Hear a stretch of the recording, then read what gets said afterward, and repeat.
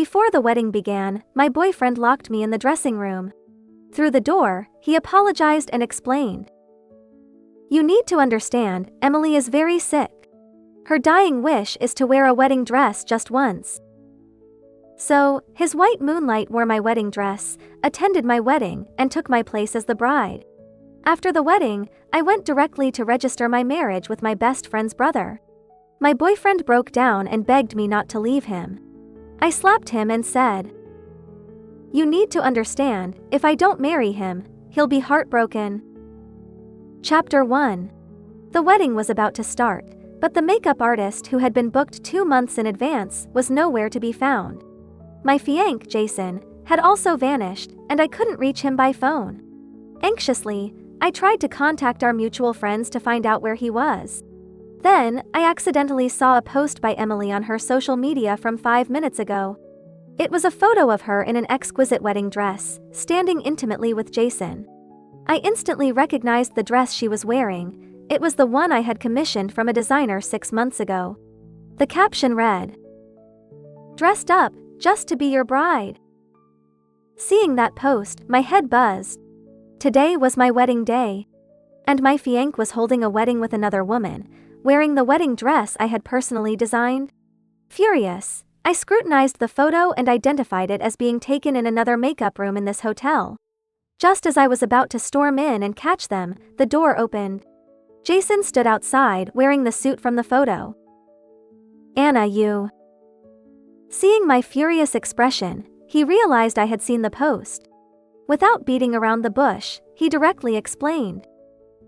"You know Emily is seriously ill. Her dying wish was to wear a wedding dress, so I..." "Wear a wedding dress? There are so many wedding dress shops, so many dresses. Why did she have to take mine? Does she want to wear a wedding dress, or does she want to be your bride?" Wanting to play the virtuous role afterward, "Jason, don't take me for a fool." When I exposed his little scheme, his face turned red and his tone became unfriendly. "Anna, do you have no compassion? Can't you be a bit more understanding? Does it matter to fight with a sick person over this?" He knew he was in the wrong but refused to admit it, turning the blame on me, calling me cold-blooded and inhumane. As I listened to him list my faults, I couldn't help but wonder when he started planning this. Emily was shorter than me, but the dress in the photo fit her perfectly. That dress had been tailored to my measurements. This meant someone had given new measurements to the dressmaker. And the background in the photo included wedding photos, with faces that were Jason's and Emily's. Everything was seamless, as if this wedding had always been meant for them. It seemed Jason had planned for Emily to be the bride all along. Chapter 2. Maybe the air conditioning in the dressing room was too high, but the more I thought about it, the colder I felt. Jason, having said enough, reached out to grab my hand, but I shook him off. I looked up at him steadily. "Bring back my wedding dress. I don't want her wearing it." He frowned. "Stop causing trouble, Anna. It's just a ceremony. We can have another one anytime." His dismissive tone and the irritation in his eyes stung me. I said, "Never mind the dress. If she wants a wedding ceremony, does the groom have to be you? Is she being unreasonable using her illness as an excuse, or are you just drifting in your feelings, taking the easy way out?" Maybe my words hit a nerve. His face turned ugly. He pushed past me, heading for the door, leaving me with harsh words. "Dating you is exhausting. Your controlling nature never considers my feelings. Why make everyone uncomfortable?" Was I the one not considering his feelings? Was I the one being too controlling? The sound of the door locking pulled me back to reality. I quickly chased after him, kicking the door. "I don't agree. I've been looking forward to this wedding for so long. It's not just a ceremony." Through the door, his impatient voice came through. "Can't you stop being so cold-hearted? She's dying and you can't make a small concession?" She's dying. Because she was sick, I had conceded so much for so long, and now I had to give up my wedding and my groom. Was it my fault she got sick? I gripped the doorknob, calming down. "Jason, think carefully. Don't regret it." There was a pause, then the sound of his determined footsteps faded away. I slid down the cold door, feeling empty inside. She had really ruined my wedding. Emily had succeeded. My phone on the table rang urgently. It was my parents calling. I didn't answer in time, and the call ended. The dressing room was just behind the hall, separated by a door, and I could clearly hear the commotion and astonishment outside. Then, guided by the MC, there was applause. Emily sent another video. The camera focused on the big screen, showing the photos Jason and I had painstakingly taken, all replaced with AI-generated faces of Emily and Jason. The perfect photo spots we found under the scorching sun, the whole day of back-breaking poses, all turned into a wedding gift for Emily. This angered me more than anything Jason had said. Despite my trembling hands, I opened the next video. In it, Jason walked towards her, step by step, under the spotlight. In the shadows behind him, my parents looked distressed, searching for me, but were restrained by security guards. Seeing this, I couldn't hold back anymore. Tears finally fell, drop by drop, onto the phone screen, over my parents' faces. I had chosen the wrong person, and now my parents were being humiliated with me. I didn't watch the rest of the videos. Amidst the festivities just a wall away, my mind cleared. I wiped my tears away in front of the mirror. I felt only relief. At least I saw the truth before getting the marriage certificate. Chapter 3. The long ceremony finally ended. The door to the dressing room opened, and Jason stood at the door. He rubbed his temples, looking just as worn out. "I'll make it up to you for this. I'll explain to your parents too." I interrupted him. "No need. They are my parents, not yours. It has nothing to do with you, so no need." He was taken aback. Jason, looking exhausted, said, "Don't say things in anger. You know Emily is suffering too. What's wrong with giving in to her a bit?" Even now, he thought he was in the right and continued to defend Emily.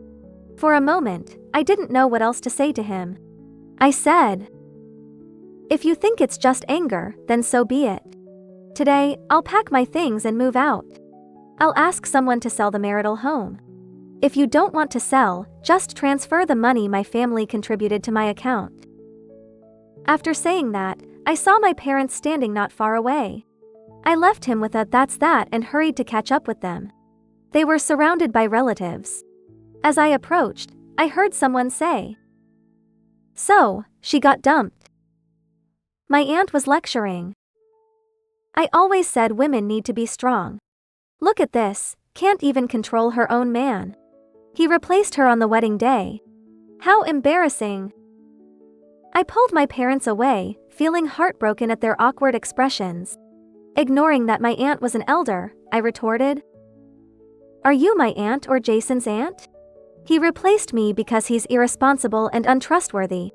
He didn't discuss it with me because he's brainless and disrespectful. What does that have to do with whether I'm strong or not? If I had known a day earlier, today's groom wouldn't have been him." My aunt left, muttering to herself, thoroughly embarrassed. My mom held my hand, and I saw the worry on her face. I reassured her. "It's okay. If we don't get married, we don't. I don't care." After sending them off, I went alone to the marital home to pack my things. My words were clear and my mind was rational. But emotions were uncontrollable. Tears rolled down on their own. The marital home was decorated by Jason and me. There were too many traces of him inside. The small ceramic pot was something I bought knowing he would have stomach aches after social engagements. I planned to make him nourishing soup every week. The walk-in closet was designed by him because he saw that I had liked a post about a boyfriend designing a closet for his girlfriend on a social media app. After it was installed, I laughed at how extravagant it was, and he hugged my arm, asking for a reward. We met in college, and later, we were in a long-distance relationship for a year because of work. He spent a lot of effort pursuing me during that time. When he confessed, he said he admired how confident and strong I was during debates. Back then, I shone in his eyes. But now, he found my assertiveness overbearing. The light in his eyes had become a source of pain for him. I packed my things bit by bit, detaching myself from the memories piece by piece. When I finished packing, I realized that 7 years with him only amounted to a box and a half. I was wondering how to drag the box out to throw it away when the door opened. My best friend, Claire, rushed in. Seeing her, my long-maintained composure crumbled and my nose stung. Claire gave me a tight hug, squeezing me hard. "If I had known, I would have been your bridesmaid. At least you wouldn't have been alone." She had disliked Jason for a long time, hating his indecisiveness and refusal to let go of his white moonlight. She hated him so much that she didn't want to attend my wedding. She had even said harshly that I would regret marrying Jason. She said bluntly that it would be hard to compete with a dead person if Emily died. This had caused a rift between us. Now, it seemed she was right. I was so grateful to still have a friend like her. With Claire around, the days weren't so hard to bear. She had specifically taken a business trip to avoid my wedding. But as soon as her plane landed, she heard what had happened and rushed to find me, afraid I would be upset and do something rash. She even took a vacation to stay with me, touching me deeply. The day she started arranging blind dates for me, Jason showed up. I sneered, a scumbag at the door needed a good beating. Chapter 4. Before opening the door, Claire pointed at my forehead, warning me. "If you reconcile with him this time, I will really cut ties with you." I smiled and agreed. Whoever reconciles is a dog. My dad opened the door. The bags Jason had brought were thrown out by my dad, but he kept picking them up. After several rounds, the neighbors came out to watch the commotion. Finally, with many apologies, my dad let him in, albeit with a stern face. Once inside, Jason headed straight to the kitchen. My parents exchanged glances, and Claire quietly started texting, complaining about his shamelessness. Watching his back, I felt a mix of emotions. In our 5th year together, the relationship had finally stabilized. That was when he gave me an anniversary gift, putting a necklace on me and tentatively asking if we should meet each other's parents. Blushing, I shyly agreed, throwing myself into his arms.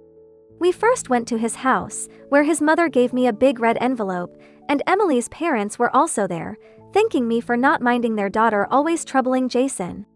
They even gifted us a set of furniture. Knowing I felt uncomfortable, he was very attentive at my house the next day, helping in the kitchen and serving tea.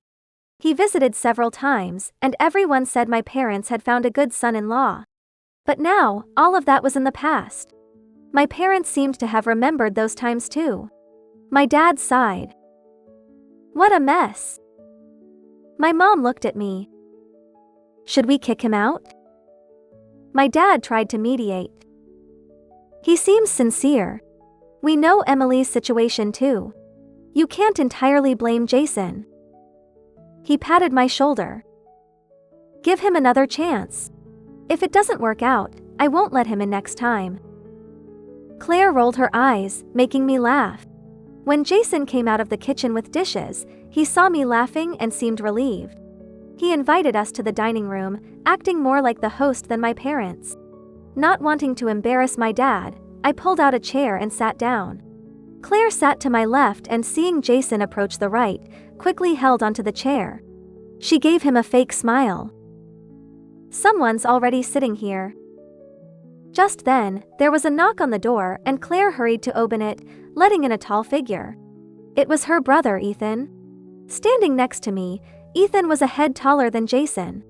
The siblings flanked me, completely blocking out Jason. Claire put a piece of meat on my plate, while Ethan, wearing gloves, silently peeled shrimp. He placed them on a plate by my side, making it clear they were for me. It was obvious to everyone that Jason had lost his appetite. Halfway through the meal, Jason's phone rang. A weak female voice came through. "Jason, my surgery is tonight. Won't you come and stay with me?" The table fell silent. Jason hesitated. "Your parents will be with you." He hung up. My dad's expression softened a bit. But I felt a cold mockery inside, unsure if I was laughing at him or myself. As expected, the phone rang again soon after. This time, there were desperate breaths and sobs. "Jason, I only want you. I'm in so much pain, won't you come? This could be our last time together. The sound of chopsticks being slammed on the table was my dad's reaction. Jason looked at my dad, then at me. I saw his hand tightly gripping the phone. I picked up another shrimp, nonchalantly saying, "Go ahead." As if given permission, he looked at me gratefully and stood up. "Anna, wait for me. I promise we'll have an even grander wedding." I had intended to let this slide and talk to him about breaking up later, not wanting to ruin the moment, but he had to disgust me. I put down my chopsticks, wiped my mouth slowly, and stood up. "I'll go with you, to see her for the last time." He hesitated for a moment. "All right." Chapter 5. Emily seemed surprised to see me.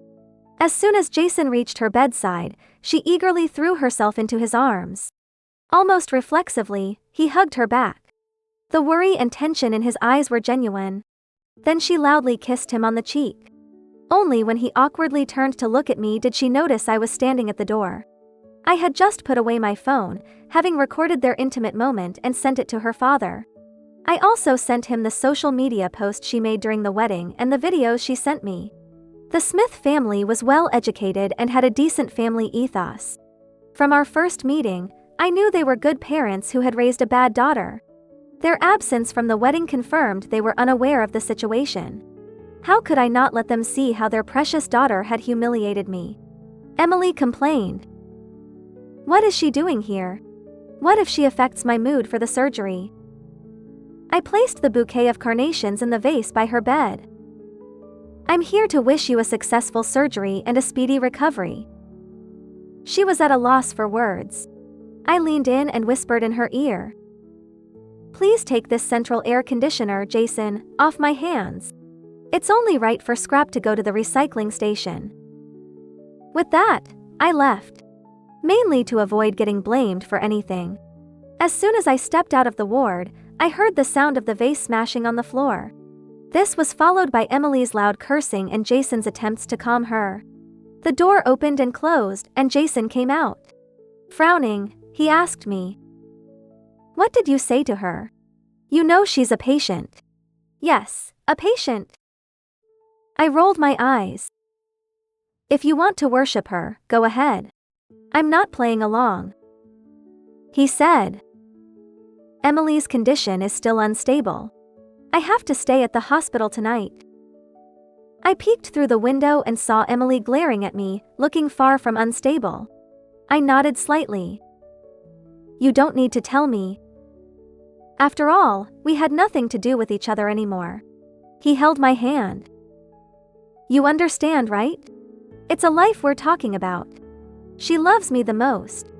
With such a high-risk surgery, how can I let her leave with regrets?" I hadn't had the chance to tell him we were already broken up, that even if he planned to spend the night with her, it was none of my business. Emily started yelling again. He rushed back into the ward to tend to her. Chapter 6. I went back home, briefly explained everything to my parents, and then holed up in my apartment, sleeping until daylight. When I woke up, I saw on my social media feed that Jane's surgery was successful. I liked the post, genuinely happy for her. I had barely taken a few bites of breakfast when Mike showed up at my door. The apartment my parents bought me was right above theirs, and the Smith siblings lived next door. When Mike rang the doorbell, Katie heard it too. After a commotion, there was the sound of an argument. I opened the door to see Mike drenched, looking utterly miserable. Seeing me, he managed to suppress his anger and put on a smile. "I brought you breakfast." I glanced at the steamed buns in his hand. "Did Jane eat?" Mike said. "I know I didn't handle this well. Jane has finished her surgery now, and there's nothing standing between us anymore. Will you forgive me?" His words were earnest.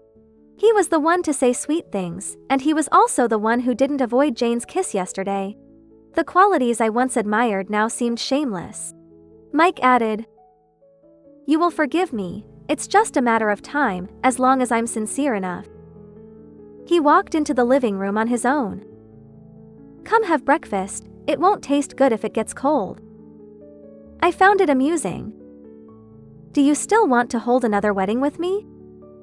He seemed unsurprised by my concession, as if he thought I would eventually give in. He even looked smug, as if it was easy to coax me. I asked again, "Are you going to invite the same people as when you married Jane?" His face turned ugly. I laughed.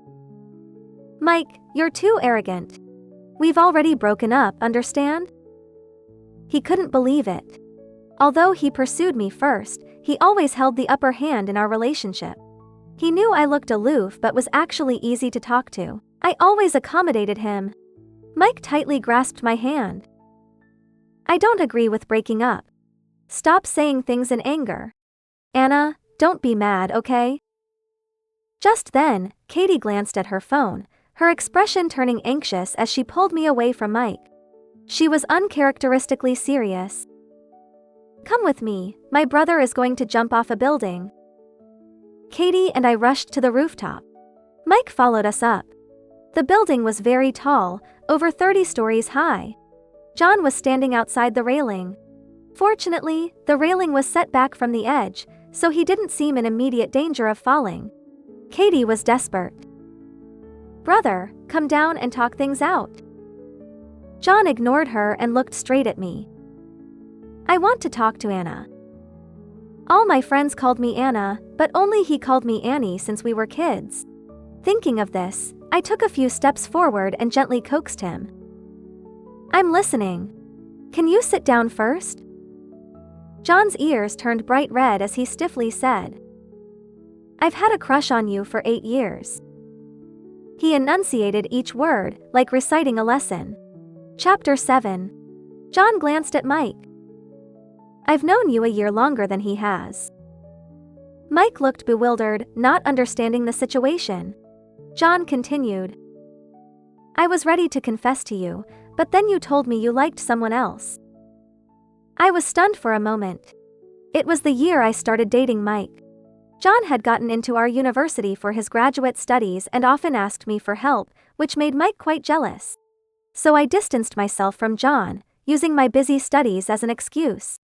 Thinking about it now, I felt a twinge of bitterness. The boundaries in relationships, did Mike really not understand? No, he was just constantly testing my limits. John's voice carried in the wind, gradually becoming more natural. "I thought he could make you happy, so I watched you get married. But he humiliated you at the wedding, and you still want to get back with him." His voice grew agitated, breaking with anger. Katie turned away, not wanting to see her brother's embarrassment.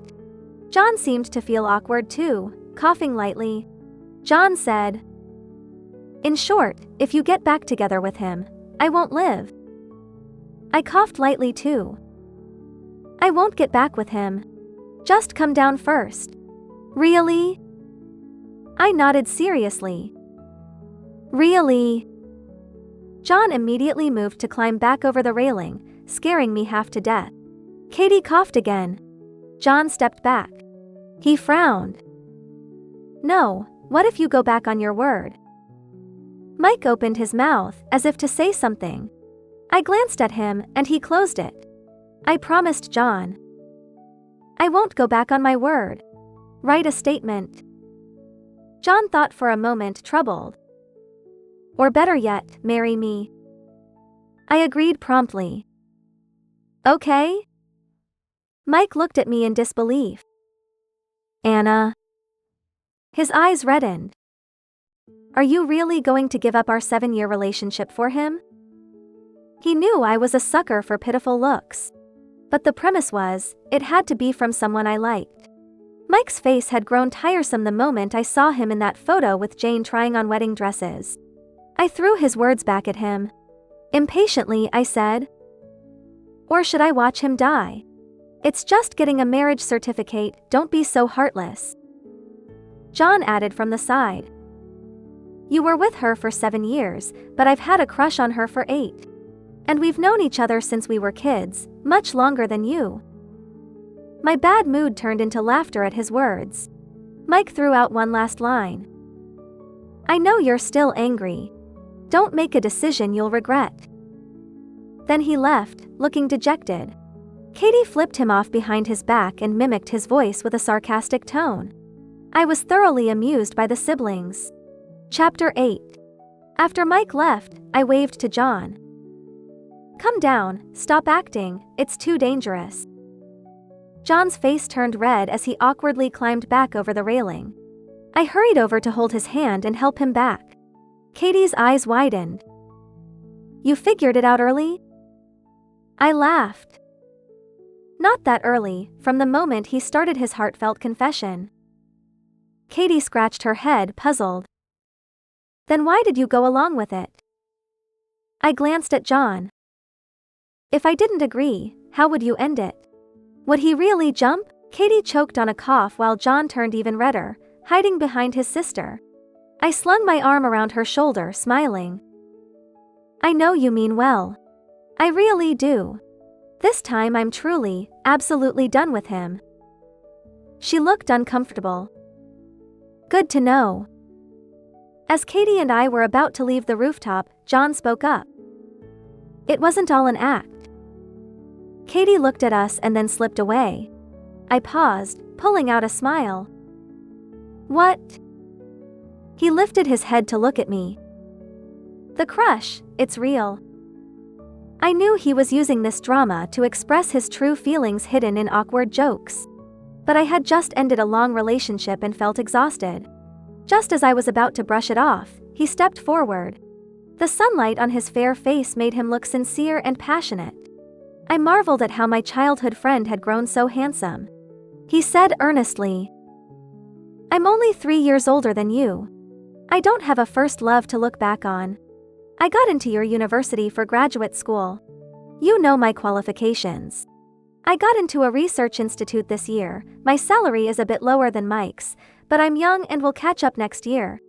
Most importantly, the person I choose will always come first and never be mistreated. His sincerity made it hard to ignore his feelings. As I was about to find a reason to refuse, he leaned closer, looking up at me with his big, pleading eyes. Do I need to cry too? At that moment, my heart pounded like a drum. I must have lost my mind. Why else would I agree to marry John so quickly, when I had dated Mike for 7 years before agreeing to marry him? It proved my decision was right. But with John's puppy eyes, I couldn't help but soften and agree. He said I promised to marry him. So now we were leaving the Civil Affairs Bureau with our marriage certificate. The bright sun and the warm certificate in my hand felt surreal. But it was okay. I'm someone who knows when to cut my losses. If this marriage ever drains me instead of enriching me, I will leave rationally. Though I doubt John would give me the chance. I looked at his uncontrollable smile and couldn't help but laugh with him. Now I just had to figure out how to break the news to our parents and KD. Chapter 9. Walking home, I felt a tickling sensation on my finger. Peeking out of the corner of my eye, I saw John trying to hold my hand but quickly pulling back. After a long time, he noticed I was watching him, turned his head away, and his ears turned red, his fingers twisting nervously. He really blushes easily. I grabbed his hand. He didn't dare look at me but held on tightly. We walked awkwardly hand in hand all the way to the building. Seeing who was standing at the door, John's face fell. Mike was there, his eyes stopping briefly on our clasped hands. John reflexively tried to pull away. I held his hand firmly. He looked at me in surprise. I smiled reassuringly, signaling him not to worry. Mike was nothing to me now. John was my husband. Mike looked dejected but still managed to say something infuriating. He said, "Don't use someone else to make me jealous, Anna. I know I was wrong." I didn't justify myself, instead I asked, "What about Jane?" From what I knew, Jane's parents had scolded her and kept her away from Mike under the pretense of needing to rest. They had only recently found out about her relationship with Mike. I looked at the small box he took out, containing a pink crystal necklace. It was my favorite necklace when we were dating, but I never bought it. Yet in the photo of him and Jane trying on wedding dresses, she was wearing that very necklace. My tone was calm. A necklace is a personal item, not something you can give to two people at the same time. You say you regret it now, but it's only because you couldn't juggle both of us successfully. Do you really love me? Or do you just feel it's not worth giving up on me after investing so much? Or am I just your fallback because you couldn't have Jane? I tightened my grip on John's hand. I'm not someone who clings to sunk costs, and I hope you aren't either. I really did love him over these 7 years. But people change, and the Mike who subtly criticized Jane for being unreasonable was now gone. Mike finally saw the disappointment in my eyes. He forced a smile. I just made one mistake. I didn't want to talk anymore and looked down to call security. John's hand slipped, and a bright red booklet fell to the ground. He picked it up with feigned surprise. Whose marriage certificate fell? Mike's forced smile vanished as he stared at the certificate in a daze. Watching John dust it off and carefully put it in his pocket, I found it amusing and adorable. Ignoring Mike's reaction, John and I entered the elevator. Chapter 10. The elevator stopped on the first floor, and Katie, who was picking up a package, got in. As soon as she stepped in, I let go of John's hand. I was okay with others seeing, but with Katie, I felt embarrassed about having hooked up with her brother. Fortunately, John just gave me a quiet look and then started talking to Katie about other things. I occasionally chipped in. Katie squeezed John aside to show me some gossip on her phone. John suddenly spoke up. Sis. What? Katie was impatient. John said. How did you know I spent $9 today? Katie was confused. What $9? Thinking of the accidentally dropped marriage certificate, I had a bad feeling and tried to interrupt. But John had already pulled out the certificate. Under the elevator lights, it caught Katie's full attention. I covered my face. Hearing Katie's shout. You two got married? The elevator dinged and the doors opened to reveal Mr. and Mrs. Smith, who were holding hands and about to go out. The 5 of us stood there, staring at each other. Finally, gentle Mrs. Smith asked, Who got married? An hour later, my parents dragged me to the Smith family to apologize for making such a hasty decision. To my surprise, it was the usually shy John who detailed his sincere feelings, listed his assets, and even offered to sign a prenuptial agreement. During this process, he swore that if he was unfaithful, he would leave with nothing and remain single and childless for the rest of his life, clearly throwing shade at a certain someone. After my recent experience, my parents were hesitant. But moved by Katie's genuine words, they finally nodded in agreement. Mr. and Mrs. Smith were also worried about my sincerity after what I had been through. I'm serious, I said, holding John's hand, swearing under his gentle gaze. Thanks to our family's reputation and John being someone my parents watched grow up. The most important thing was that we were already legally married. My parents respected my wishes and discussed the wedding date with Mr. and Mrs. Smith. I said there was no need. I wanted a destination wedding. It wasn't that I had a psychological aversion to ceremonies, I just felt that trying something new might be nice. John was excited, agreeing enthusiastically. Later, I found out he had to promise to be an assistant for 6 months to get time off from the institute. We set off on a sunny day. John said the sunrise at our destination would be beautiful. I glanced at him in the passenger seat, struggling to stay awake while talking to me, and my heart felt sweet as honey. Sleep, we'll be there soon. He closed his eyes, mumbling before he fell asleep, asking if I would regret it. I didn't know if I would regret it. But I knew I always had the courage to start over. The end.